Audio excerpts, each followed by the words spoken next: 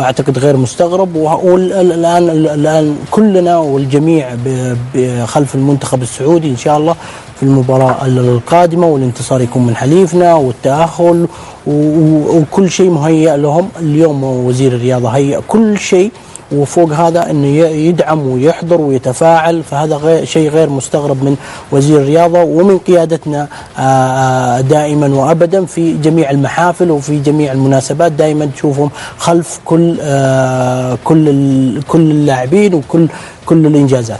كل الإنجازات. سمو وزير الرياضة متفاعل في كل شيء.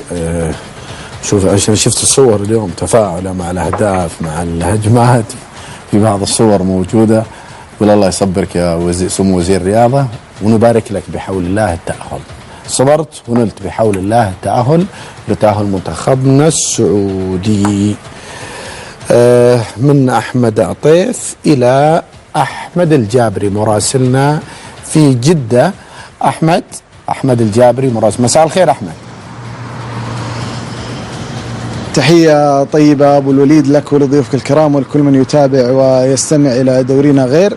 نجح المنتخب السعودي في خطوته الأولى في التصفيات النهائية المؤهلة إلى المونديال القادم بعد فوزهم على المنتخب الإندونيسي، حيث أظهر اللاعبين في هذه المباراة عزيمة وإصرار وروح عالية، وأكدوا أنهم أهلا للثقة والمسؤولية. زي ما ننتقدهم وقت الخسارة يجب أن نشيد بهم في مثل هذه المباريات. فرحة الوطن والمواطن ليلة أمس كان شيء جميل للأمانة ويدعو للفخر، ولكن يجب على اللاعبين أن يعوا ويدركوا بأنهم حققوا المهم وبقي الأهم، وهو الانتصار إن شاء الله أمام العراق يوم الثلاثاء المقبل. اللاعبين روحهم إيجابية للأمانة وفرحتهم كانت واضحة لحظة خروجهم من منطقة المكزون بعد أن تبادلوا التبريكات مع الإعلاميين السعوديين ووعدوا بتحقيق ورقة تأهل إن شاء الله في اللقاء القادم. في المؤتمر الصحفي ذكر السيد رينارد بأن المباراة لم تكن سهلة، ولكن ردة الفعل كانت ممتازة، وأنه يعرف اللاعبين جيدا وبعضهم من 6 سنوات، وأكد أنه رأى في أعينهم الإصرار على التأهل ورفض التعليق على الأمور التحكيمية وحكم المباراة وما صاحب المباراة من لغط تحكيمي. فيما يخص المصابين، أكد فراس البريكان في المؤتمر الصحفي أن إصابته عبارة عن شد عضلي في العضلة الخلفية، وبإذن الله أنه سيكون متواجد المباراة القادمة. كما أكد أيضا صالح أبو الشامات في منطقة المكزون مع الإعلاميين بأن إصابته بسيطة. اليوم أجروا كشف فراس البريكان وصالح أبو الشامات بالإضافة إلى مصعب الجوير كشف طبي مع طبيب المنتخب لتحديد نوع الإصابة بالتحديد. استأنف منتخبنا اليوم أيضا تدريباته بحصة تدريبية مغلقة في الملعب الرديف بمدينة الملك عبد الله الرياضية بجدة. أبو الوليد، في نقطة لازم أتكلم عنها جدا مهمة أثرت على الحضور الجماهيري في مساء البارحة، اللي هي السوق السوداء وبيع تذاكر من الشركة المختصة. يجب على المسؤولين إيجاد حل لهذه المشكلة اللي أظهرت المدرج السعودي خصوصا في بداية اللقاء بشكل غير جيد، حيث أنه تم سحب 6000 تذكرة من السوق السوداء وإعادة بيعها. أتمنى بإذن الله أن المسؤولين يجدون حل لهذه المشكلة قبل لقاء العراق، لأننا متفائلين ومتحمسين بإذن الله لمشاهدة 60,000 متفرج يحضر هذا اللقاء.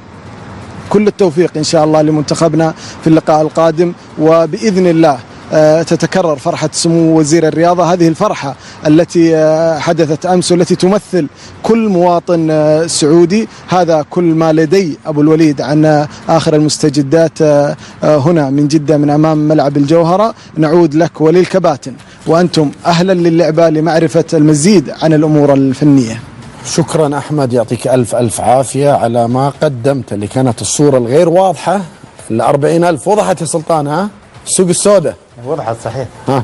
صحيح، وهني على هذه الملاحظة، ونتمنى إن شاء الله يجد حل لها المسؤولين في المباراة القادمة، لأنه أمام العراق لابد أن يكون الملعب مكتمل بشكل كامل، يكون الحضور بشكل كبير لدعم المنتخب إن شاء الله في المرحلة الأخيرة اللي نظفر بإذن الله ببطاقة التأهل لكأس العالم.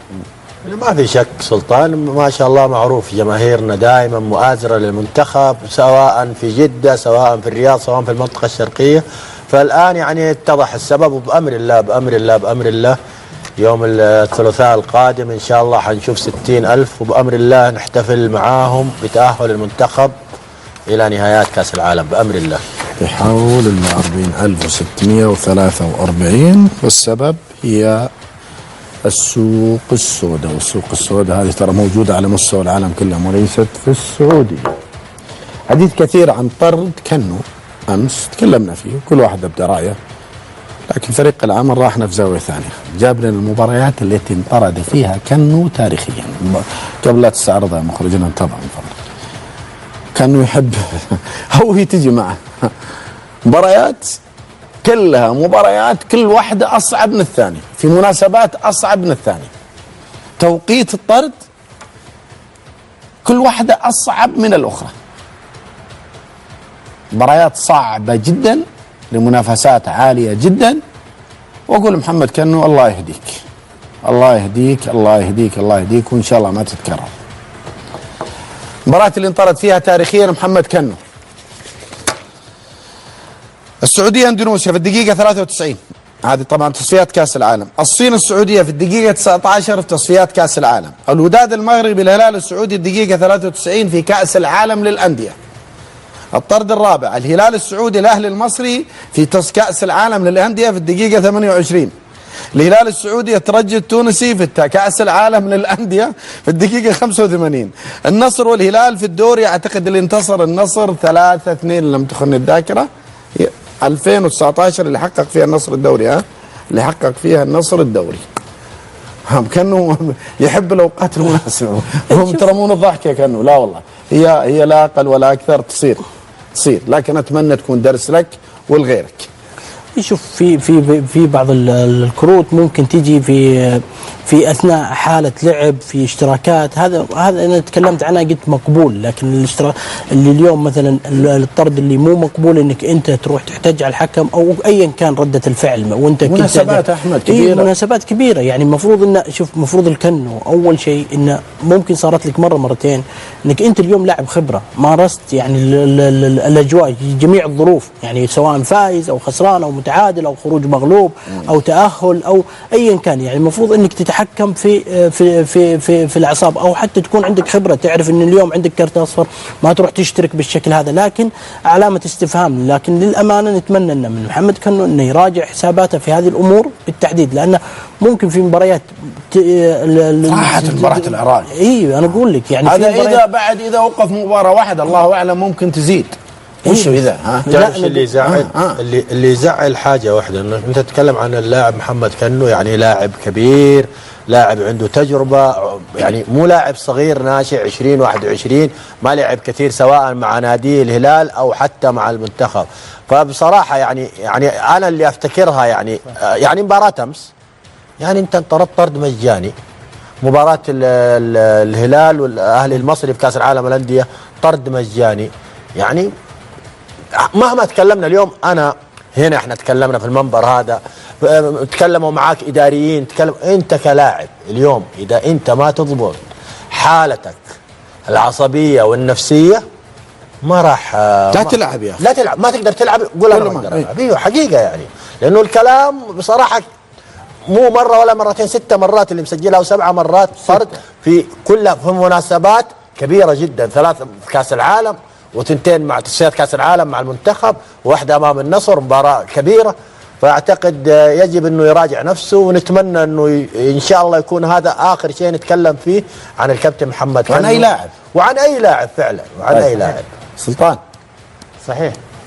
صحيح كل ما حصل من كروت حمراء سابقه اعتقد يختلف عن الكرت الاحمر اللي اخذه امس في توقيت وحتى في تصرف غريب من لاعب مفترض يكون خبره. اعتقد هذا الخطا اللي الاغلب لام كنوا فيه او الكل لام كنوا فيه، اللي كاد ان يحبط تقدم المنتخب السعودي، هو خطا وباذن الله يستفيد منه كنو ويستفيد منه كل اللاعبين. اخطا كنو اليوم وكلنا لمنا كنو، بالتاكيد هذا درس لكنو لعدم تكراره مره اخرى، وكذلك حتى لكل اللاعبين. نقطة مهمة في كنو، لا خلاف على الحال الفني والجودة اللي يمتلكها، ولو نسترجع حتى مشاركته مع المنتخب ترى في التصفيات الماضية كأس العالم اسم 22 في قطر، ترى هو الوحيد اللي لعب كل مباراة التصفيات وكان له تأثير ودور كبير في تأهل منتخبنا في التصفيات الماضية. من بعدها كأنه أصبح يعني على المستوى الفني أقل، حتى مشاركته أصبحت أقل. أتمنى من كنو لما يمتلك من إمكانيات كبيرة أنه يكون حاضر بشكل دائم على مستوى النادي وحتى على مستوى المنتخب بمستوى فني كبير، ويتجنب الكروت الحمراء هذه اللي هدايا للمنافسين. أبو إبراهيم هو محمد كنو، أبو إبراهيم اهدى، أبو إبراهيم اهدى، والله اهدى لك، ودرس لك ودرس للاعبين، اهدى يعني ما تتكرر في المناسبات هذه، من كاس عالم للانديه لتصفيات كاس عالم يعني وطرد كلها. انا كتذكر في بالي مباراه الاهلي المصري اللي 28 خرتين ورا بعض اصفر واحمر على طول، يعني ما في بينها، ما بينهم نفس هذه نفس هذه بينهم دقيقتين. 89 دخل او دخل في 89 صحيح، 91 طرد، لا 93 93 4 دقائق انتظر محمد كنو ليطرد. ان شاء الله تكون درس، والله ليست قسوه، ان شاء الله تكون درس لك يا محمد وللاعبين.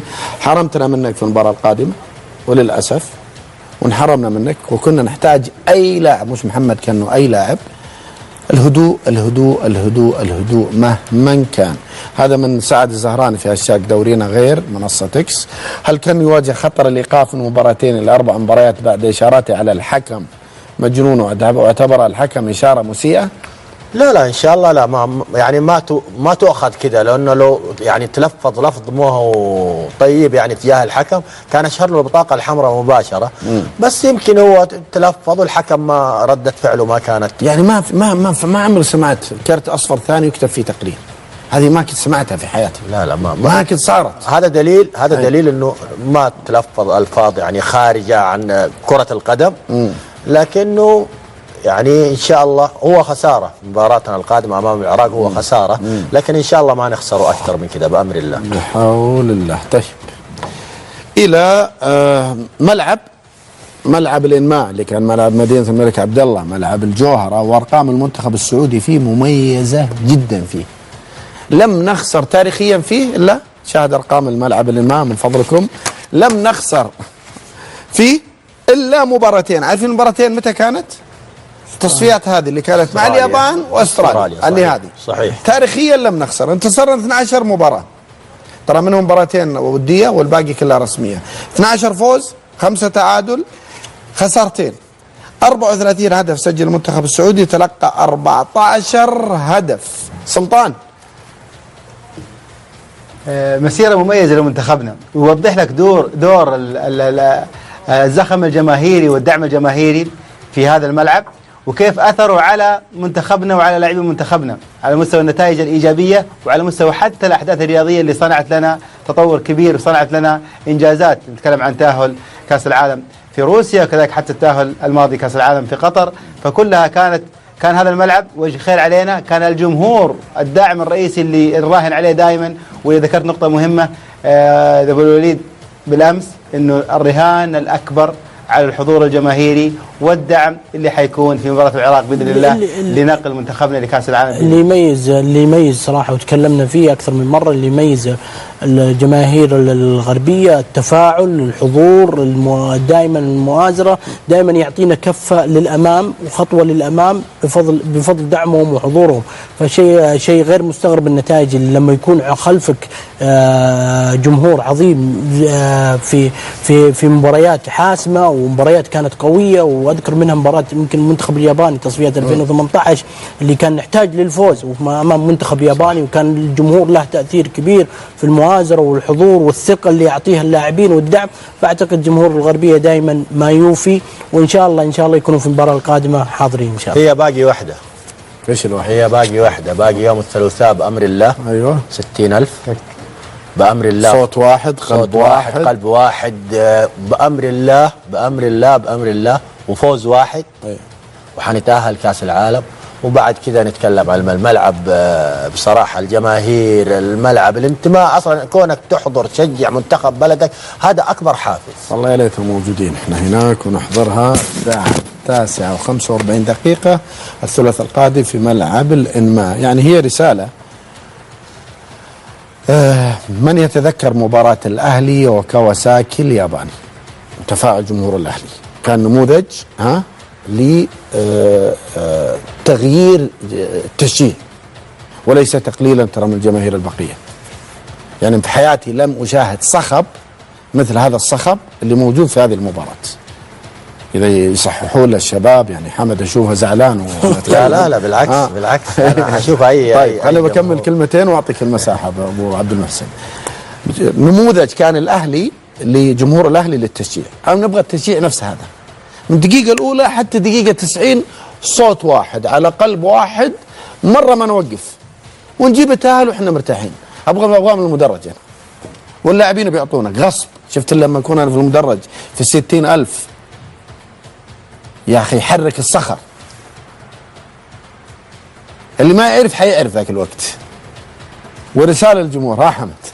بالعكس انت تقول انت تقول اني زعلت الاهلي، بالعكس والله كنت سعيد لهم وانتصار للوطن. الاهلي انتصار للوطن، جمهور الغربيه سواء الاتحاد. اتكلم على مباراه كواساكي اللي حدث فيها والكل شايفها. لا كان صخب جماهيري كبير، كان حدث اصلا كبير في نادي الاهلي. انا اذا اشوف انه اكبر حدث للاهلي هذا هو الحدث النهائي بمؤازره الجمهور ودعم الجمهور واجتهاد اللاعبين. توفق الاهلي وبالعكس افرحنا والله العظيم. يعني بنموذج ما نايمنا، ولا صار في نموذج من النصر والاتحاد. وان شاء الله ان شاء الله يوم الثلاث حيصير هذا الصخب، وان شاء الله هذا الحماس، وان شاء الله لعيبتنا الابطال لعيبتنا الرجال بامر الله حيظهروا، وان شاء الله يا رب هنا نكون محتفلين، وان شاء الله الاستوديو هذا كله اخضر بامر الله. يصير اخضر بحول الله. بامر الله. هو اخضر بالاساس. لا نبغى اخضر شعارات ونبغى كل شيء بامر الكريم. القلب اخضر. القلب اخضر. هو شكله اهلاوي متخفي. لا هذه هنا لا.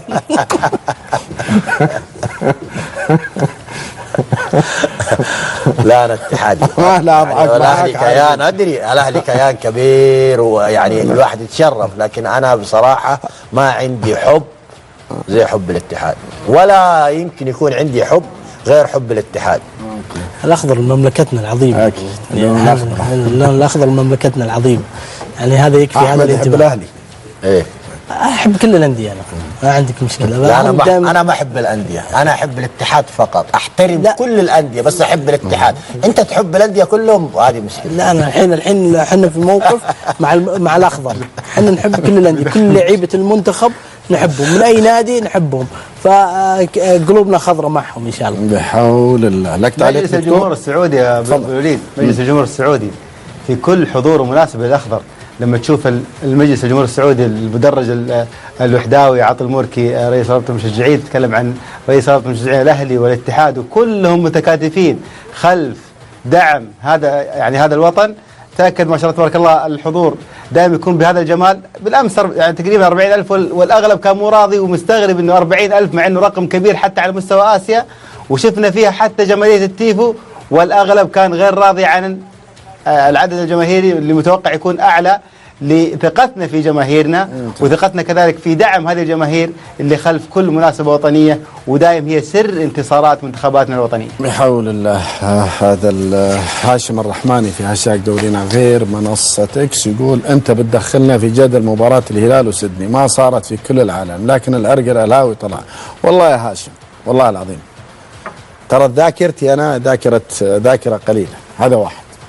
اثنين، دائما احنا نتذكر الاحداث اللي فيها انتصارات، يعني كل ما اتذكر الهلال وسيدني انا اتالم منها، اتالم مما حدث تحكيميا، وننسى ترى لو يقول لك الجمهور انا ناسي ايش اللي حدث فيه، قاعد اتذكر الهلال وسيدني، اتذكر نيشيمورا صح؟ اي نيشيمورا الياباني نيشيمورا من الكوارث اللي سواها في تلك المباراة. واذا كان في تلك المباراة بكل تاكيد الهلال فريق كبير وعنده جماهيريه كبيره وجميع الانديه، لكن اتكلم على اخر حلقه تمت وفي ملعب الانماء هو الاهلي. كانت نموذج اتمنى في جميع مباريات المنتخب تكون بهذا الشكل والشكل القوي جدا. طيب والله انا جتني معلومه، انا كان في بالي آلية التأهل للمنتخب السعودي المركز الاول يتأهل مباشره، المركز الثاني هذا شكله حيلف القارات كلها. انا منصدم، اتوقع كنا احنا بقي ناس، هذا حيلف العالم كله. هذه آلية التأهل في المجموعتين في الملحق الآسيوي. أولا 6 منتخبات يتم تقسيمها لمجموعتين، كل مجموعة مكونة من 3 منتخبات، سيلعب كل منتخب مباراتين فقط، متصدر كل مجموعة يتأهل إلى كأس العالم مباشرة، إن شاء الله نتأهل. 2 وصيف المجموعة الأولى سيلعب مع وصيف المجموعة الثانية، طبعا ذهاب وإياب، سوف يتواجد في الملحق العالمي نصف مقعد، يعني فيه 5 قارات اللي فهمته. صحيح. اي يعني تعرف المصريين يقول الكعب داير، هذا الوضع اللي حيصير. ان شاء الله ما يصير الثاني. لا ان شاء الله، لا ان شاء الله يوم الثلاثاء نحسم التاهل باذن الله. يعني في غنى عن الحسابات هذه. صعد انا بالنسبه لي صادم. صعب المشوار، يعني لابد الان الكره في ملعبنا والكره في بيدنا وبيد اللاعبين، ان شاء الله بحول الله وقوته نحسم التاهل من المباراه هذه، وفي غنى ان نروح يعني حنروح اعتقد مع السادس من امريكا الجنوبيه ولا لا؟ ها؟ نعم مع قينوسيا. نعم صحيح. وفي ايضا من امريكا الشماليه، ها؟ اللي فيها امريكا والمكسيك. صحيح. بجانب اوروبا في فريق ولا لا بعد؟ لا في، اعتقد كمان في، اعتقد انه في، لانه يقول لك بطوله قارات حتصير 6 إلى 7. اوروبا. تفضل ابو الوليد. تفضل. الملحق اللي يكسب في الثواني الملحق الاسيوي حيلعب مع سادس امريكا الجنوبيه. وبعدين اوروبا لا وبعد سادس امريكا بس الفائز يتاهل. نعم. لا اول بنلعب الثاني، اي ثاني ان شاء الله، مو احنا طبعا، ثاني مع الثاني يلعبوا مع مين؟ الفائز من ثواني الملحق حيواجه سادس امريكا الجنوبيه، والفائز منهم يروح كاس العالم. ما في مقعد قبل تلعب امريكا الجنوبيه؟ لا احنا ما لنا فيه ان شاء الله. احنا ما نحتاج ان شاء الله. اوروبا ما في. اوروبا ما في. لا اوروبا ما في. اوروبا 16 مقعد. لا اعتقد بوليفيا ولا فنزويلا صاحب المركز السادس في امريكا الجنوبيه، اعتقد فنزويلا لم تخن الذاكره. فنزويلا. نعم. يعني اللي اذا الله يا اخي كل ما فكرت في الثاني عورني قلبي. ان شاء الله نتاهل مباشر. لا نطلع منها اطلع من الموضوع. هذه اسهل من الخط الثاني. في يدك ما في. اقول اسهل. المشكله ابو الوليد، الاشكال الاكبر انه في فتره كانت مقاعد اسيا 3 مقاعد وكنا نتاهل. صحيح. نتاهل بجداره. صح. الان بعد ما زادت هذه المقاعد اصبحت الصعوبه نجدها، لكن باذن الله نتجاوز هذه المرحله، وفي القادم باذن الله يكون مستوى المنتخب افضل، وان شاء الله يكون حتى وصلنا لكاس العالم بشكل اسهل. بحول الله. ابو فاضل السعدي هذا في هاشتاج دورينا غير منصه اكس يقول لك عطيف، يقول يحب كل الانديه، ابصم لك بالعشر انه ما يحب الهلال. لا شوف، هو كحب في احترام وتقدير. تو تقول احب يعني لا حاليا الحين قلبك فندق صار. لا الحين حاليا في المنتخب انا بحب كل الانديه. في بيلعب المنتخب مالي في الهلال. قصدك اللاعبين الانديه. اي لاعبين الانديه، انا اشجع لاعبين الانديه الان لانهم في المنتخب، لكن كنادي انا معروف كميولي وحبي وانتمائي لنادي الشباب، لكن الانديه الثانيه احترمها واقدرها بالعكس، يعني لا الهلال ولا الاهلي ولا اي حتى الاخدود، يعني بالعكس كل الانديه لها كياناتها. كل شخص محب لناديه، محب لانتمائه، وبالتاكيد داعم لكل نادي في منافسات خارج الوطن، في منافسات باسم الوطن. صح. اسم الوطن. بس حمد مبسوط على ابو ابراهيم. عشان انا قلت عشان ابو احمد، عشان انا قلت انا احب الاتحاد لوحده واحترم الجميع، وهو قال انا احب كل الانديه، فصاد الاخ اللي يحب كل الانديه في المشاركات الخارجيه. اي لا كذا صح، لا اتفق معاه صح. طيب وانا اقول بعد الفاصل ترتيب المجموعه الثانيه: السعوديه اولا ب3 نقاط، العراق 0 من نقاط، اندونيسيا 0 من النقاط. العراق واندونيسيا سيتقابلان في يوم السبت القادم بحول الله. يعني كلكم عارفين، انتم شايفين العراق وشفتوا عارفين اندونيسيا. وين راح المباراه احمد؟ نشوف المباراه بتكون صعبه صراحه، خاصه أنا أشوف أن المنتخب الإندونيسي العامل البدني ممكن هو يكون نقطة ضعف في مباراه خاصه بعد مباراتين وكانت مرهقه امام المنتخب السعودي، وتلعب مع منتخب منتظر ومنتخب جاهز بدنيا ومنتخب قوي.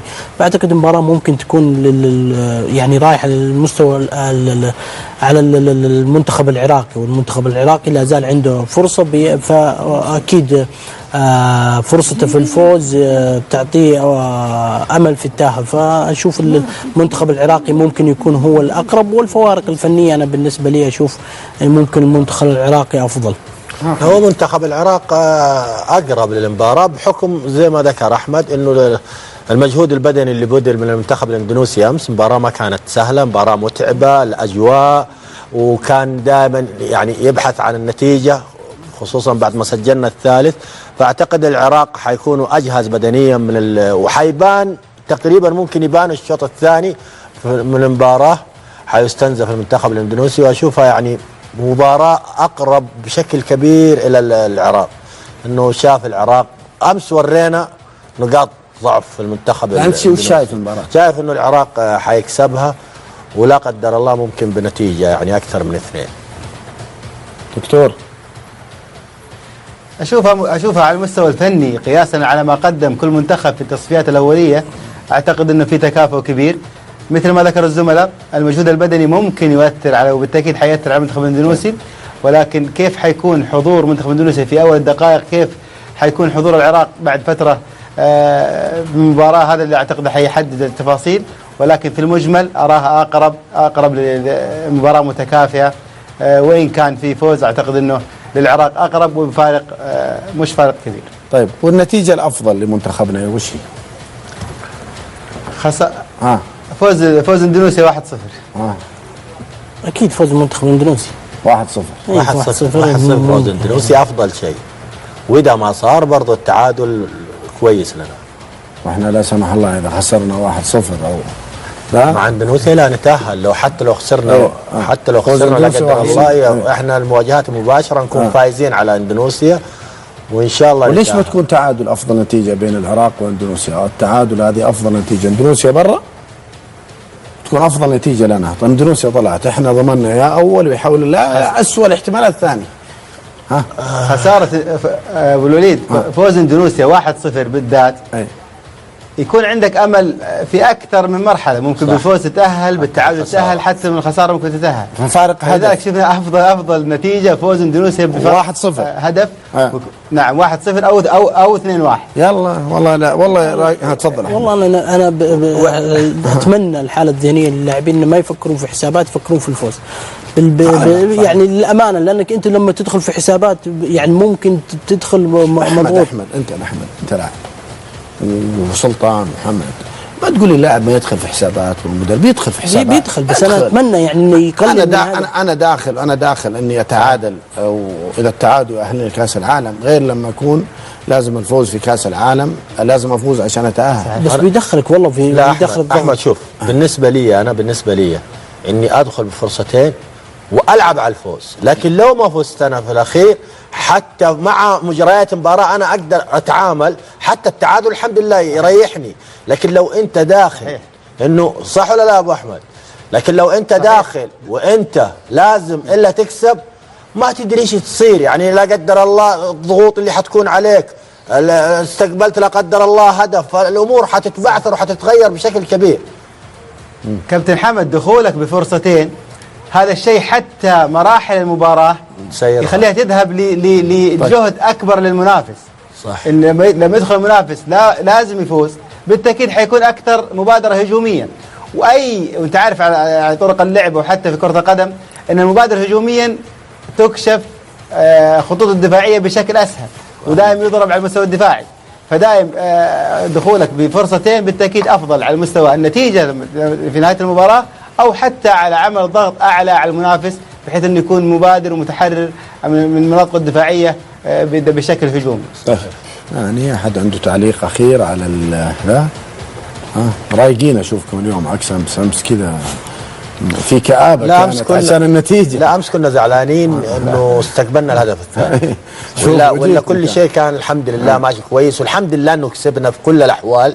لكن كان الزعل إنه استقبلنا الهدف الثاني. هي بس أخيرا لأبو الشامات، جالك كثير من المدح، كثير من الثناء، كثير من الحديث، كثير من مش عندنا في كل البرامج بكل تأكيد. ترى هي البداية، لسه ما سويت شيء، لسه ما سويت ولا شيء. هي البداية اللي تأسيس لانطلاقتك للأمام. لاعب واعد لتثبت انك لاعب كبير، تستمر لك على الاقل 5 إلى 6 سنوات، هذه بالاقل بالميت على نفس الاداء وانت قادر عليها، بشرط حافظ على نفسك، حافظ على عقليتك، حافظ على ثباتك الذهني، ثباتك النفسي، لانك لاعب موهوب. وابتعد عن اي شيء فيه يؤثر عليك، وبالتحديد الاشياء اللي خارج الملعب. نصيحه، انا اصبح اللاعبين الموهوبين عندنا ندره. لم تعمل شيء ترى الى الان، ان لم نتاهل ترى ما سويت شيء، ولسه ما سويت شيء في حياتك كلاعب كره قدم. لسه هي الخطوه الاولى. يلا احمد.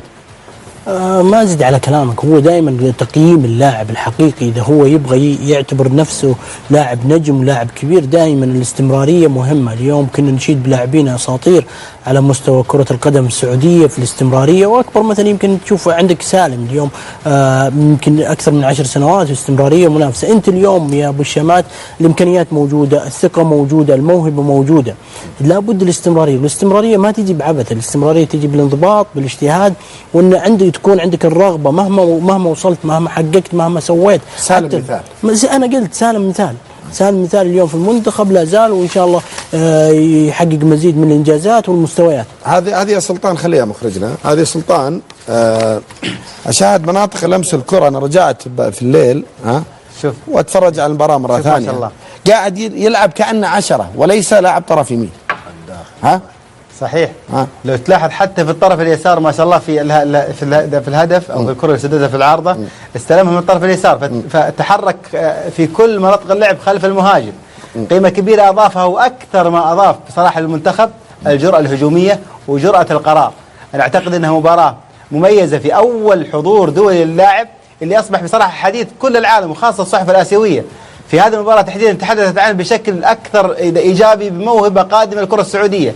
التحدي لابو الشامات انه هذه المباراه اصبح الاغلب في القادم يقيسك على قيمه حضورك في هذه المباراه. انت في هذه المباراه حضرت بليفل عالي جدا، يعني غير منتظر انك تحضر باي حضور قادم باقل من هذا الليفل. تحدي كبير صح، ولكن بالاستمرار وبالموهبه اللي تمتلكها بالتاكيد حيكون حضورك باذن الله اجمل لمواسم قادمه باذن الله. أول شيء نقول يعني ما شاء الله تبارك الله على مباراة أمس، ويستاهل النجومية، يعني من نجوم المباراة هو وفراس. هو لاعب جدا ما شاء الله تبارك الله، موهوب وفنان ومجتهد ومقاتل، لكن زي ما قلتوا هنا باقي أنت لسه أول خطوة. بأمر الله يكون لك يعني حدث كبير في التأهل، من بعدها نبغى الاستمرارية 5 6 7 سنوات، وبأمر الله نشوفك أحد نجوم الكرة السعودية اللي يشار لهم بالبنان. ممتاز بكل تأكيد. هذا عبيد المالكي في هاشتاج دورينا غير منصة اكس. حمد يقول الكرت الأحمر وضياع الفرص، حرمنا فرصة، لو ما فزنا على العراق لا قدر الله الفلسفة تدخلك في نفق، فقدنا معيار فارق الأهداف واللعب النظيف. محمد كان يحافظ على عاداته بالحصول على البطاقات الحمراء. والله هو شوف هو خطأ وانتقدناه عليه، صحيح انه في حسابات اليوم اي ردة فعل من اللاعب، اي كرت، اي طرد، اي شيء اكيد حيأثر، لكن بأمر الله انه ما نحتاج انه ندخل في هذه الحسابات. ومحمد تكلمنا عليه خلاص، يعني ما نبغى نقفل على الموضوع ان شاء الله، ونفرح بالتأهل مع بعض يا رب. ابو الوليد بالنسبه للكرت اللي اخذه كابتن محمد كنو، صحيح الاغلب لام كنو، ولكن الاغلب نسي الكرت اللي اخذه المساعد في الجهاز الفني، كرت الاحمر يحسب بعد، يعني يحسب كذلك صح. لا وبدرجات اعلى، لانه اخذ كرت احمر مباشر، لانه اخذ كرتين اصفر. هذا دكتور بروح للسؤال ونفسه مرتبط معه في حديثك. يقول خساره العراق 1-0 ممكن نستفيد منها لو ما تعرضنا لبطاقتين حمراء أمس غير البطاقات الصفراء كذلك. لو تعادلنا في فارق الأهداف يذهبون مباشرة للعب النظيف بعدها على طول. أعتقد لا، نذهب إلى المواجهات المباشرة. المواجهات المباشرة، بس أول شيء الأكثر تسجيلا، النقاط الأكثر تسجيلا النقاط فارق الاهداف الاكثر تسجيلا بعدين مواجهات مباشره بعدين الاعمال صحيح اللعب النظيف. احنا ان شاء الله لا لو فازت اندونيسيا 1-0 خلاص لازم نخسر في اكثر من 2 صحيح عشان يلا والله دخلونا في الحسابات اليمين واليسار. دكتور لا ان شاء الله يوم فرح، وان شاء الله يوم فرح، وبالتاكيد كل لاعب يستشعر ان خروجك يوم الثلاثاء لابد يكون بفوز، لانها حتكون فرحه وطن. حضور الجمهور ب60,000 لا ينتظرون منك الا فوز مع التاهل. ممتاز. لانه قيمه التاهل بفوزك اعتقد انها اجمل للاعبين، اجمل للجماهير الحاضره، وبالتاكيد حتعطيك اكثر افضليه واكثر جداره بالتاهل. طيب بكل تأكيد. طيب نقفل ملف المنتخب بالتوفيق لمنتخبنا السعودي. ومرة ثانية رسالة للجمهور السعودي، نبغى 60,000، نبغى على رجل قلب واحد، صوت واحد، تشجيع واحد، كأنكم 60,000 بصوت واحد، وقادرين بحول الله. قادر المنتخب السعودي ينتصر على العراق ويتأهل بحول الله. واخوان العراقيين انا نحبكم والله، لكن نحب بلدنا اكثر، ونحبكم العراقيين اهلنا، لكن نحب بلدنا اكثر. اخيرا او ليس سعود عبد الحميد في حديث ان انتقاله وما انتقاله، بس في كلمتين او ثلاثه تم التواصل مع اطراف معنيه بسعود عبد الحميد في 3 عروض موجوده لسعود عبد الحميد من الهلال والنصر والاتحاد. اللاعب رافض رفض نهائي أن يعود في الفترة الحالية، يعني الفترة الشتوية إنسان يجي، الصيف الله أعلم، لكن رافض رفض نهائي أن يأتي بهذه الفترة مع الفارق المالي الكبير اللي معروض عليه. يقول لك لا أنا أبغى أجلس في أوروبا وأبغى ألعب في أوروبا. في لانس أعتقد الفرنسي الآن يقول لك لا أبغى أستمر. هذه المعلومة موجودة عن الكابتن سعود عبد الحميد. سلطان بالتاكيد اضافه كبيره لكل انديتنا سعود، لكن يعني خياره في اتخاذ قرار الاحتراف الخارجي الموسم الماضي ما اخذ الفرصه بشكل اكبر مع روما. هذا الموسم مع لانس الفرنسي في بدايات الدوري بالتاكيد انه اخذ فرصه في اكثر من مناسبه، وبالتاكيد حيكون من ضمن الاسماء المرشحه ان تكون بشكل اكبر بحضور اكبر مع المدرب الجديد للانس الفرنسي. طيب هذا الحديث وسعود على حسب ما وصلنا يعني ما وصلني لن يرجع مبدئيا الان، لن يرجع الفتره الشتويه، الله اعلم في الصيف، لكن الفتره الشتويه ما راح يرجع. وش اكثر نادي يناسب، الاتحاد ولا النصر ولا الهلال؟ كل الانديه. اكثر نادي محتاج الاتحاد ما فيها كلام. عندك الشنقيط وعندك الجليدان. لا مهما كان مكانه خالي، وفي الاتحاد حيقدم مستوى كبير وحتكون انطلاق. هو ولد الاتحاد اساسا، وهو ولدنا اصلا، لكن ما في ولدنا في الاحتراف. لكن بقول لك انا بالنسبه لي كنصيحه شخصيه ان شاء الله ما يرجع من غير شر، يستمر في اوروبا ويتطور في اوروبا انا يعجبني العقليه اللي فيها سعود للامانه، العقليه الاحترافيه الانضباطيه، واكثر شيء جيد اللي قاعد نشوفه ان رغبته في الاستمرار، لانه واضح اللاعب عنده هدف في التطوير في اللعب في الاحتراف، وهذا طبيعي انك انت تبدا بالليفل متوسط. الان لما راح الدوري الفرنسي اعتقد انه قرار جيد وممتاز في الاعاره، يعطيه فرصه للمناسبه في المشاركه اكثر واكثر. وهذا انا بالعكس ان جت الفرصه انه يكون يحترف خارجيا وفي دوري محترف على مستوى عالي، انه يكون متواجد فيه واستمراريه. بحول الله بالتوفيق الكابتن سعود عبد الحميد، واستمر في اوروبا بالنسبه لي على قد ما تقدر.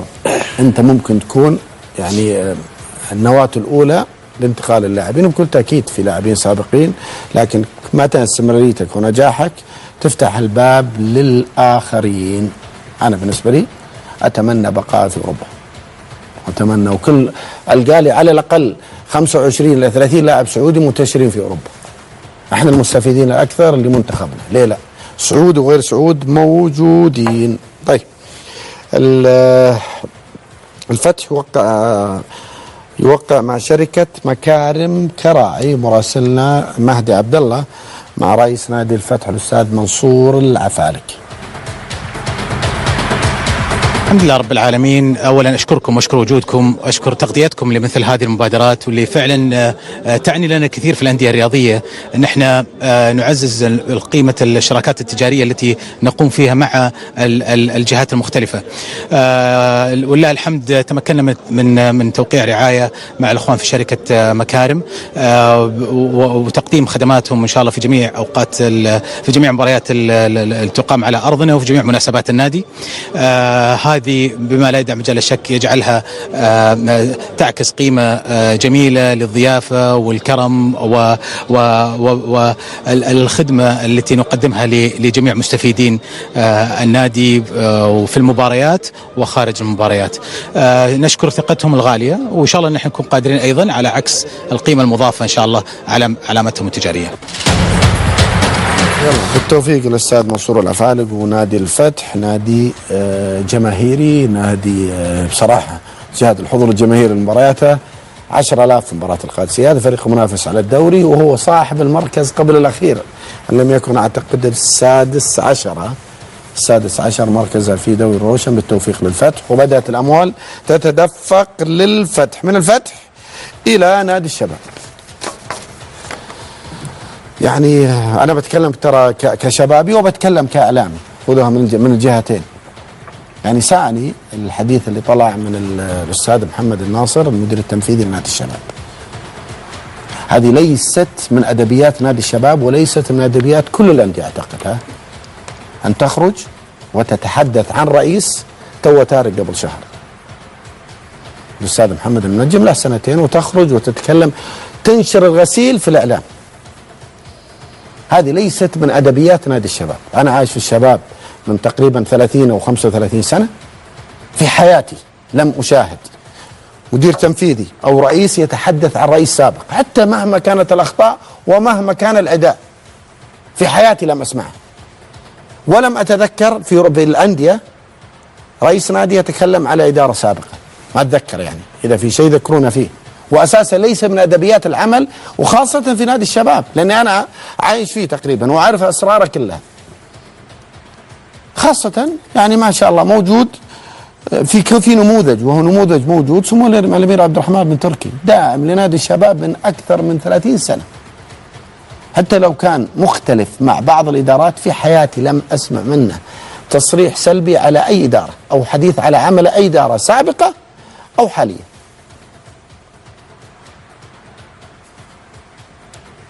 أنت سنيت سنة وسنة خطيرة، اللي بعدك ترى بيجي يتكلم عليك واللي بعده بيجي يتكلم، ما يصير. هذه أدبيات نادي، ما يصير. في مشاكل داخلية حلها داخلية. رئيس النادي له تقديره ولا احترامه مهما كان. شفت الأستاذ خالد الثنياني اللي بقى رئيس نادي الشباب فترة قصيرة، له تقديره ولا احترامه مهما كان، والكوارث اللي عملها. لكن في أدبيات في الحديث، خاصة في شخص كان يعمل في النادي، والحديث عنك الأستاذ محمد الناصر. أحمد، للأسف يعني للأمانة للأسف أن اليوم يوصل نادي الشباب لهذه المرحلة، ومن مسيرين أو تعمل في إدارات نادي الشباب، ما عمرنا في يوم من الأيام. أنا يمكن في نادي الشباب يمكن 20 سنة، في اختلافات بين رؤساء، في اختلافات بين أعضاء شرف، ما عمري شفت رئيس أو عضو شرف يتكلم عن مدير تنفيذي أو رئيس تنفيذي أيا كان خارج حدود نادي الشباب. من هذا شيء محزن.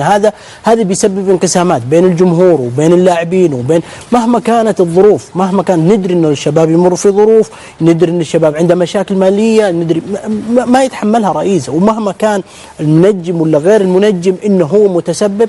هذا ليس من أدبيات نادي الشباب مهما كانت الظروف. اليوم لا تعلق فشل في يد رئيس ثاني أو سابق. لا أنت تحملت المسؤولية أنك تستمر في العمل، تحمل المسؤولية للاستمرار في العمل.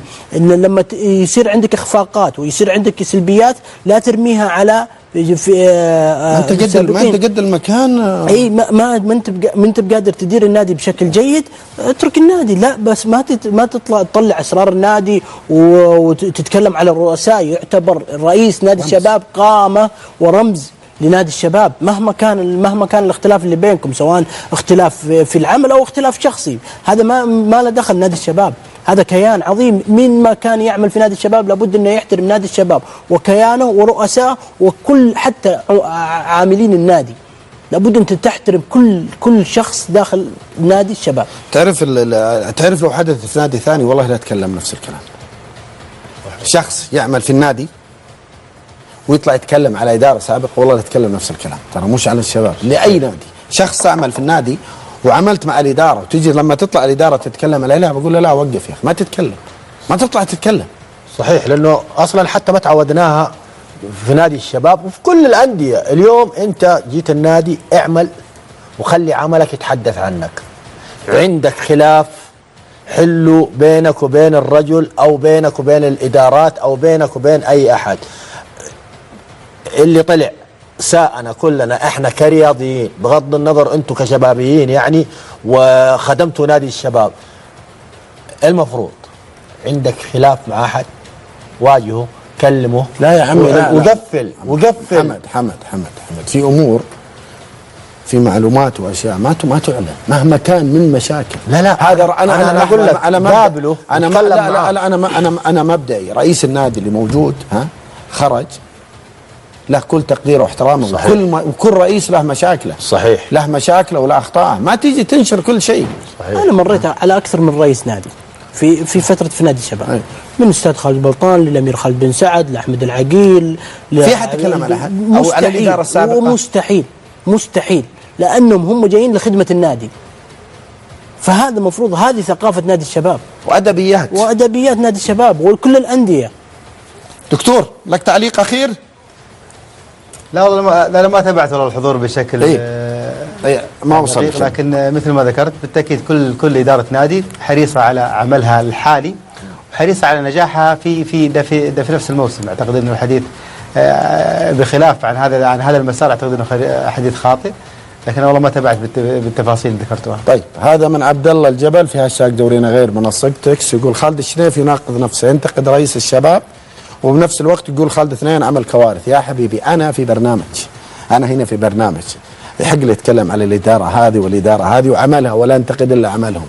انا اتكلم على شخص يعمل في نادي وانتقد اداره النادي السابقه، لا نقبلها. سننتقد اداره الشباب الحاليه اذا صار فيها، ونمدحها اذا جادت، وسننتقد اي اداره اذا لم تعمل بشكل جيد لتقويمها، ونمدحها اذا جادت. انا في مركز اعلامي، لا انا في مكان اعلامي، لازم انتقد واعطي الراي. هو ترى مدير تنفيذي وكان نائب رئيس، يتكلم على الرئيس السابق، لا ارضاها لا في الشباب ولا في اي نادي.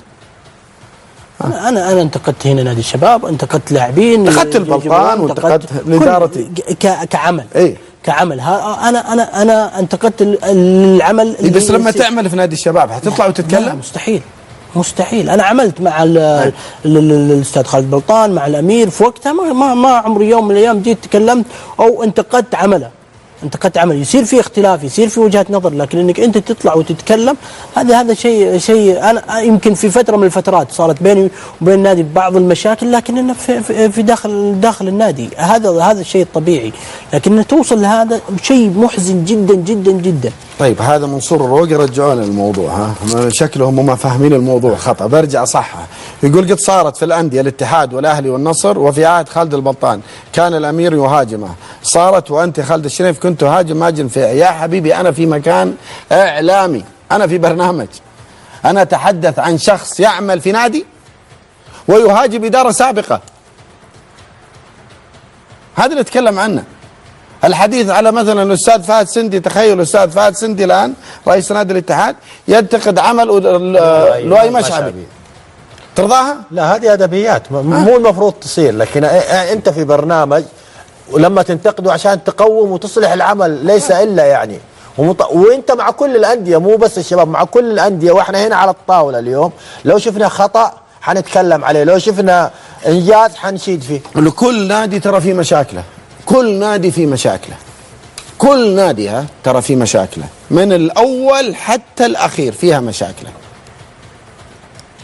لكن ان تطلع وانت تعمل في النادي وتتكلم عن الاداره السابقه، لا، انا بالنسبه لي لا ارضاها، لا من الشباب ولا على اي نادي. انتقدها وبقوه، لأن هذه أسرار خاصة وعمل خاص للأندية وأدبيات الأندية يا جماعة. وسنة خطيرة عملت في نادي الشباب، سنة خطيرة في نادي الشباب. آخر خبر، موسم الرياض ترى غدا بحول الله ينطلق موسم الرياض، تبدأ في 4 عصرا بين منطقة المملكة أرينا وبوليفارد وورد، انطلاق مسيرة موسم الرياض 2025 بعروض عالمية وبالونات عملاقة من نيويورك غدا. تعيش العاصمة الرياض غدا الساعة الجمعة 10 أكتوبر أجواء استثنائية مع انطلاقة مسيرة افتتاح موسم الرياض 2025 في فعالية كبرى تقام في 4 عصرا بين منطقتي المملكة أرينا وبوليفارد وورد لتعلن بدء موسم من الإبهار والفرح في قلب العاصمة. موجود أنا بكرة إن شاء الله هناك يا دكتور بحول الله. في شيء جديد، مسيرة عالمية، مسيرة عالمية لموسم ينتظره الجميع. في كل موسم إبهار للعالم أجمع، إبهار في العالم الترفيهي، إبهار في العالم السياحي، إبهار في كل تفاصيل هذا الموسم اللي متكامل واصبح حديث العالم. هنيئا لك والله بالوليد بتحضر بكره. والله بحضر ان شاء الله. تعال طيب يلا تعال تذكر عليك. يلا تعال ورطناك تعال. والله ارتباطات بالعموم.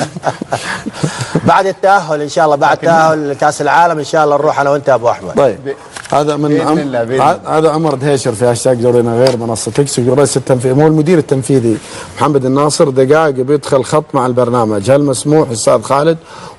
ولكل التقدير والاحترام للاستاذ محمد الناصر، كل التقدير والاحترام للاستاذ محمد الناصر. ترى كل التقدير والاحترام، انا تكلمت على التصرف لم اتكلم على شخصه. كل التقدير والاحترام للاستاذ محمد الناصر، لا كل التقدير والاحترام. نعم الرجل ولا الحق بالداخل في اي لحظه. البرنامج برنامجه وبرنامج جميع الانديه.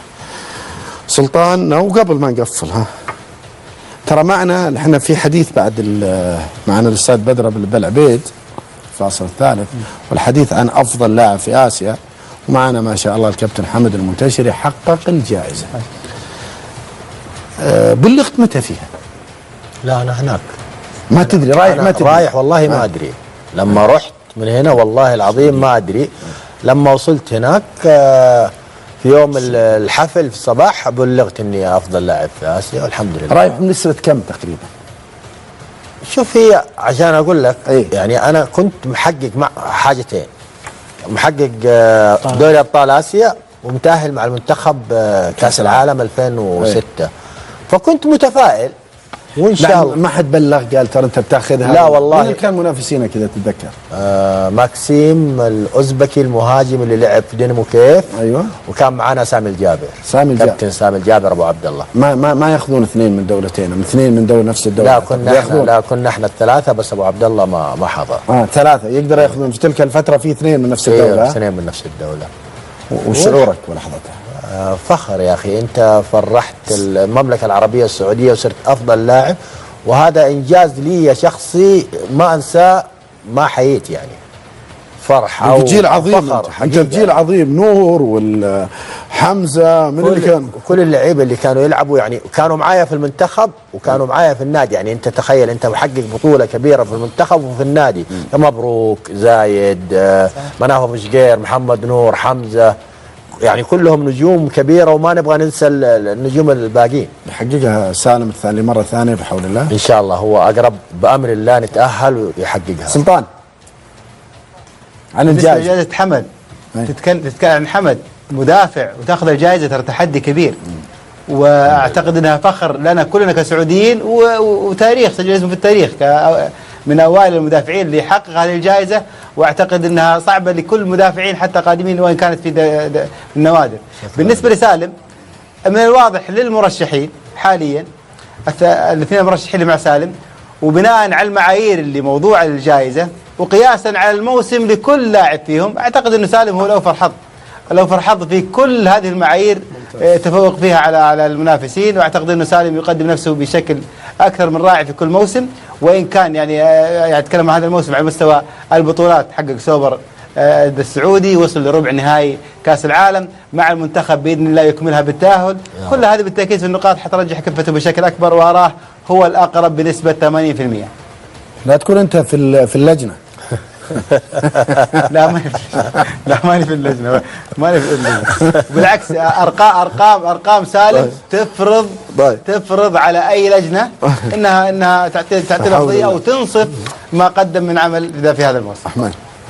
ان شاء الله يستحقها سالم، وسالم يستحق يعني افضل جائزة افضل لاعب، لان الاستمراريه والانجازات والحضور والتاثير في النادي وفي المنتخب، فاعتقد ان سالم ان شاء الله يكون هو الاقرب ويستحقها ان شاء الله، لان على الاستمراريه وعلى الاداء المميز اللي دائما يكون فيه. احمد عطيف، حمد المنتشري، سلطان اللحياني، يعطيكم العافيه، شكرا لكم. يلا مريحينكم اليوم نص ساعه، شايف السعاده على وجهكم. يعطيكم العافيه. لان بعد الفاصل بيكون معنا الاستاذ بدر بالعبيد المختص في كره القدم الاسيويه. بعد الفاصل جديد على قناه السعوديه واذاعه جده اف ام ومنصه شاهد. حياك الله بدر بالعبيد، مختص في كره القدم الاسيويه. اول مره تجينا، انا اسمع صوتك في التليفون وشكلك احلى. احنا دائما بالعكس يعني بوجودكم ابو الوليد، وانا سعيد جدا بوجودي معك اليوم في الاستديو. الحقيقه يعني يمكن الداخل دائما في الويندو او التواصل الهاتفي، لكن اجمل الاستديو والله اليوم. انا ثبتك ما عليك ثبت. طيب الله يعطيك بالعكس، يشرفنا. بدر انت كنت تسمع الحديث اللي كان عن الملحق الاسيوي، اعطونا آلية التأهل من فضلكم يا شباب، وابغاك تفصلها لنا، لان انا جاني صداع منها، كل واحد يعطيني معلومه.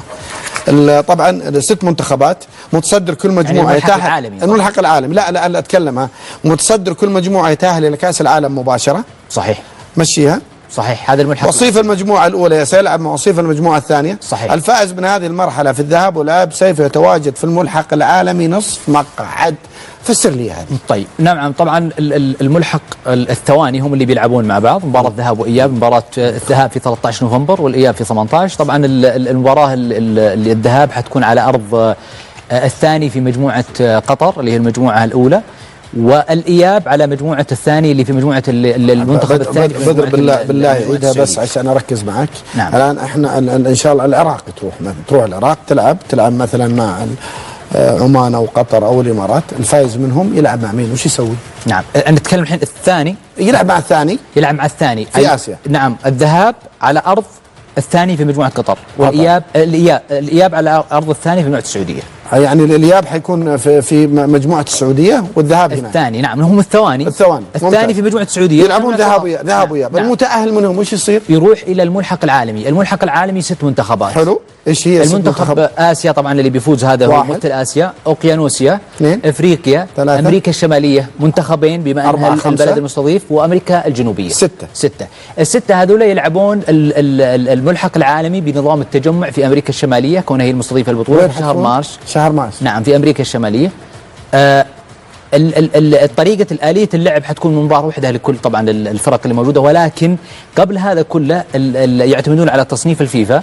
فالمنتخب الأول والثاني اوريدي يذهبون أو يتأهلون للنهائي المباراة النهائية. الرابع من الرابع إلى السادس حيلعب الثالث مع السادس والرابع مع الخامس. حلو. 2 اللي بيفوزون حيواجهون 2 اللي اوريدي تأهلوا نصف نهائي دي. نعم، والاثنين مباراتين 3. نعم، الفائزين من المباراتين الثنتين هذول هم اللي يتأهلون كمنتخبين لتصفيات أو للكأس العالم، نهائيات كأس العالم. نعم. يعني الأفضل أنك تحسمها من هذا الدور. يعني الآن بس عشان فتحت له موضوع أنا جاني صداع منه، الآن بس عشان فأفهم ويمكن المستمعين والمشاهدين يفهمون. المتأهل الثاني والثاني من آسيا يلعبون مع بعض ذهاب وإياب. صحيح. حلو. صحيح. الفائز منهم يروح إلى ملحق عالمي يمثل آسيا في الملحق العالمي. ال6 منتخبات هذه نعم تصنف على حسب تصنيف الدولي الفيفا. نعم الفيفا. نعم. حلو. الأول والثاني يتأهلون للنهائي، يتأهلون إلى نصف النهائي. أي يعني أقصد للنهائي. نعم. الأربعة الباقين يلعبون نصف نهائي. نعم. الثالث مع السادس والرابع مع الخامس. نعم. وبعدين يلعبون مع الفريق هذا والفريق هذا مباراة واحدة، والاثنين يتأهلون. وين حتقام؟ في أمريكا الشمالية. وين في أمريكا؟ في أمريكا. نعم في أمريكا إن شاء الله في مارس، هم محددين التاريخ في مارس، في شهر مارس إن شاء الله 26. طبعا يعني باستثناء طبعا اوروبا موجوده في هذا وين هذا ملحق الثاني صعود جبل مش ملحق. بالضبط. صعود جبل مش بسيط. صعود جبل الهملايا. والله ان شاء الله باذن الله بيحسمونها ابو الوليد قبل لا يروحون لهذا الحقيقه الهدك وضحت يا مشاهدينا ومستمعينا. واضحه؟ اعيدها مره ثانيه بس للتاكيد. الثاني من آسيا يلعب مع الثاني من آسيا ذهاب وإياب، الفائز منهم يروح إلى الملحق العالمي. الملحق العالمي 6 منتخبات، 2 من أمريكا الشمالية، 1 من أمريكا الجنوبية، 1 من أفريقيا، واحد من أوقيانوسيا، و1 من آسيا. الأعلى تصنيفا في الفيفا الأول والثاني يتأهلون إلى المباراة النهائية. من الثالث يلعب مع السادس، والرابع مع الخامس، والفائز منهم يلعب مع هذول الأول والثاني، والمباراة اللي يفوز فيها يتأهل 2 إلى نهائيات كأس العالم 2026 اللي كتجرب صعود الهملايا. هذه صعود الهملايا وليست الملحق العالمي، هذا صعود الهملايا. الله لا يقول ان شاء الله، انا قاعد افكر وياك صدقا.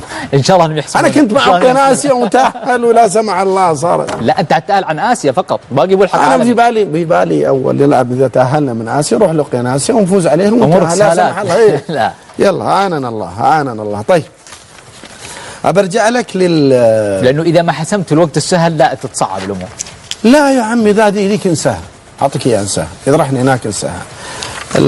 راح السكريبت وانا جالس ادور حسني ان شاء الله باذن الله. ان شاء الله باذن الله وليد انهم يحسبون هالشباب ان شاء الله في مباراه العراق والامور طيبه بحول الله. طيب انا ادور السكريبت لان من المعلومات اللي جتني اقسم بالله جاني صداع ودخت.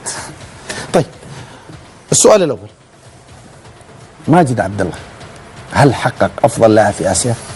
وقبل ما تتكلم بنشر لك بس التغريده اللي موجوده من الفيفا اللي يهني فيها الكابتن ماجد عبد الله، هنا موجوده.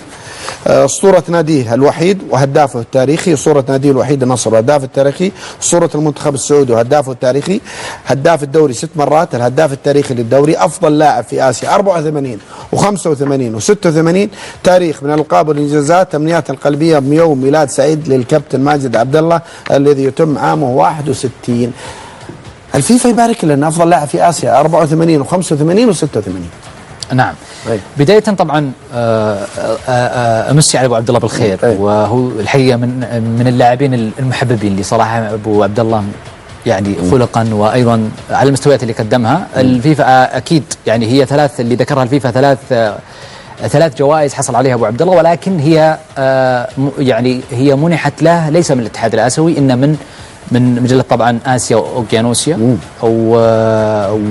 وكانت هي ليس فقط الثلاث أوقيانوسيا اللي كانت تعطى في ذيك الفترة، وكان أصلا الاتحاد الآسيوي ما عنده جوائز يعطيها غير معترف فيها ولا معترف فيها؟ لا هذا أمر آخر يعني. أنا سؤال، غير معترف فيها ولا غير معترف؟ والله شوف هي إذا على موقع الاتحاد الآسيوي لا الأرشيف في السجل الشرفي للاتحاد الآسيوي لا يذكر فقط الجائزة اللي هو يمنحها من عام 1994 اللي كان أول لاعب حققها هو السعودي العويران.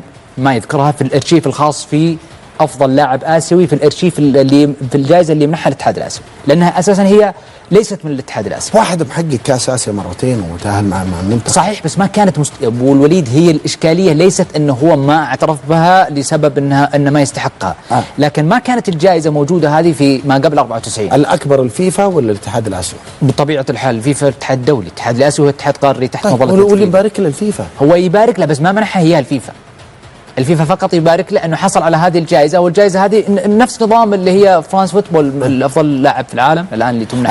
انت برايك الجائزه هذه غير معترف فيها من الاتحاد الاسيوي كسجل شرفي لبطوله لجائزه افضل لاعب اسيوي المقدمه من الاتحاد الاسيوي لا غير معترف فيها. ترى طيب برجع لك بس بدخل في نقاش في كاس اسيا في فتره من الفترات اعتقد كانت في 4 منتخبات ولا لا؟ 4 أو 6 منتخبات بس. صحيح. صحيح. كانت معترف فيها البطوله. ليش ما يعترف الجائزه هذه؟ هو ليست. ما انت لما انا سمعتك ايش بديت تجيب لي النقاط. صحيح. في نقاط يعني. صحيح. كانت موجوده، ولكنها كانت النقاط اللي ذكرتها لك كانت مانوال تعمل بطريقه بدائيه من المجله نفسها. وكانت حتى في دوكيومنتس موجود في الاتحاد الدولي للاحصاءات كره القدم كان موجود، يعني حق 84 85 86 ما هي موجوده، لكن 84 موجوده هذه النقاط.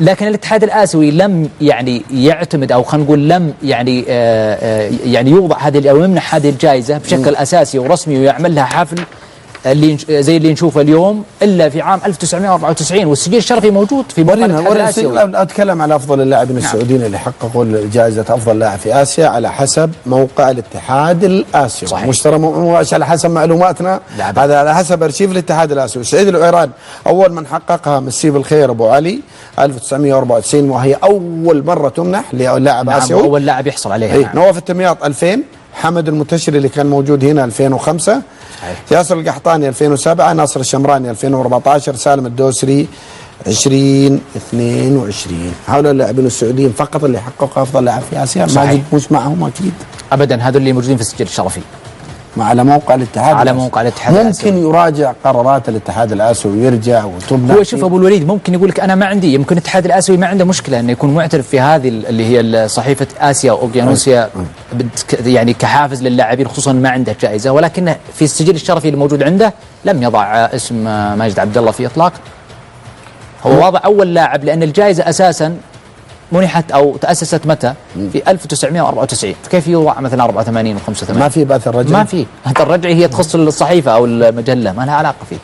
انما هي يعني مستحقه لابو عبد الله بهذه الصحيفه في هذاك الوقت، هي مستحقه له على ما قدمه في هذيك الفتره، ولو كان الجائزة أفضل لاعب آسيوي من الاتحاد الآسيوي موجودة في تلك الفترة بيمنحونها إياه بطبيعة الحال باستحقاق. باختصار يعني تقول الجائزة منحت من صحيفة وليست من الاتحاد الآسيوي، من آسيا وأوقيانوسيا. نعم. ونقول سالم ينتظر اعتلاء الهرم الآسيوي. لا أتحدث بالأمنيات أبو الوليد. أي أتكلم نعم أتكلم. ليش سالم الدوسري؟ سالم الدوسري نظرا أو عطفا على المعايير الموجودة الأساسية اليوم المرتكزات. أعطينا المعايير مخرجنا.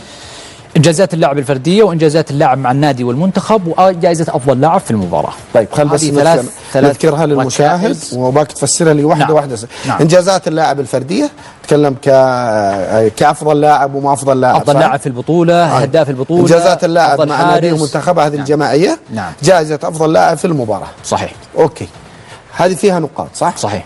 طيب ليش قلت على طول وأنت ما ترددت سالم؟ صحيح. ليش؟ أولا سالم عطفا على ما قدم، خلينا نبدا في بطوله النخبه الاسيويه بحكم انها المنتج الاساسي للاتحاد الاسيوي. سالم حصل على افضل او رجل المباراه في 5 مباريات في دوري ابطال اسيا الموسم الماضي.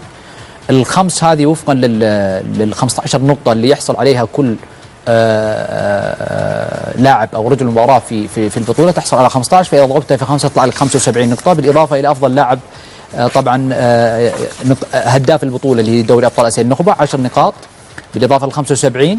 ايضا حصل على رجل المباراه في مباراه باتشوكا في مونديال الانديه 20 نقطه. وصل الفريق لنهائي النخبه، حصل سالم على 20 نقطه.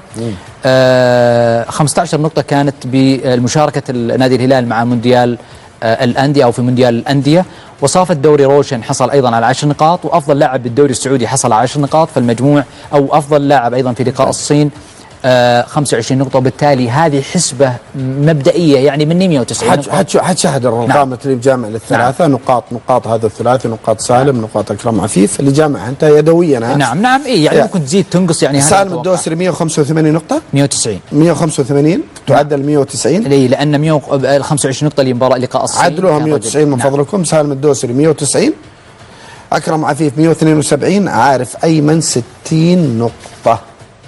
هذا اللي يعني اللي انت كانك تقول لنا قبل برجع للارقام هذه. مباراتين الملحق تحسب ولا لا؟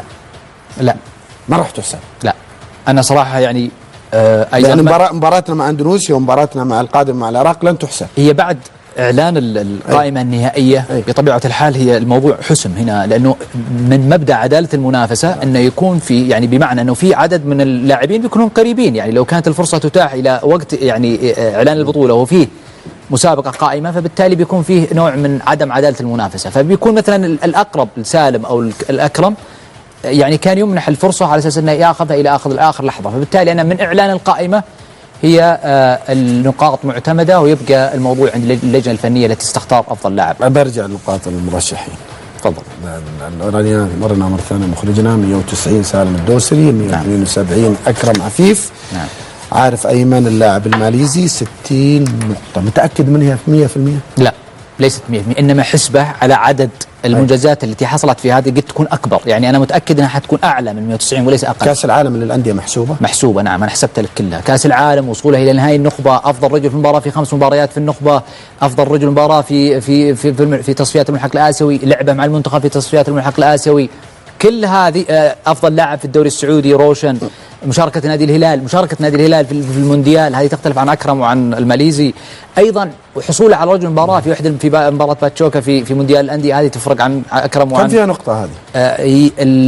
مباراة باتشوكا فيها 25 نقطة. كأفضل لاعب. نعم. غير المشاركة. غير المشاركة 15 نقطة إضافية. وصولك إلى نصف نهائي النخبة أيضا تأخذ عليها نقاط، يعني بمعنى أنه الآن حتى الفرق، يعني أنا اليوم شفت تقرير للاتحاد الآسيوي اللي نشروا التقرير الخاص، التقرير الفني لبطولة النخبة الأخيرة اللي حققها النادي الأهلي. عندك مثلا أفضل لاعب حصل على أفضل لاعب في المباراة كان فيرمينيو.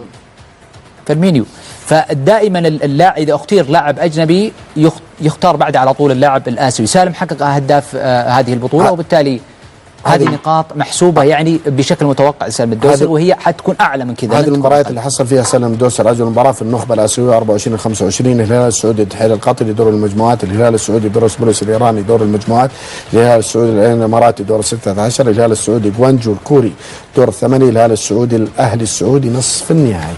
تحسب له بعد هذه النقاط غير المشاركة، لا هذه نقاط الأفضلية. نعم، أفضل رجل في المباراة هذه الحال، طيب. مشاركته مع النادي في النخبة هذه الحال، هداف النخبة هذه الحال، هذه كلها نقاط تحسب طيب. له. بدر، ممكن وتعرف انت ايش قاعد يصير في الجوائز، ممكن يصير في تلاعب في الارقام، بسمع جوابك بعد السؤال، بعد الفاصل عفوا.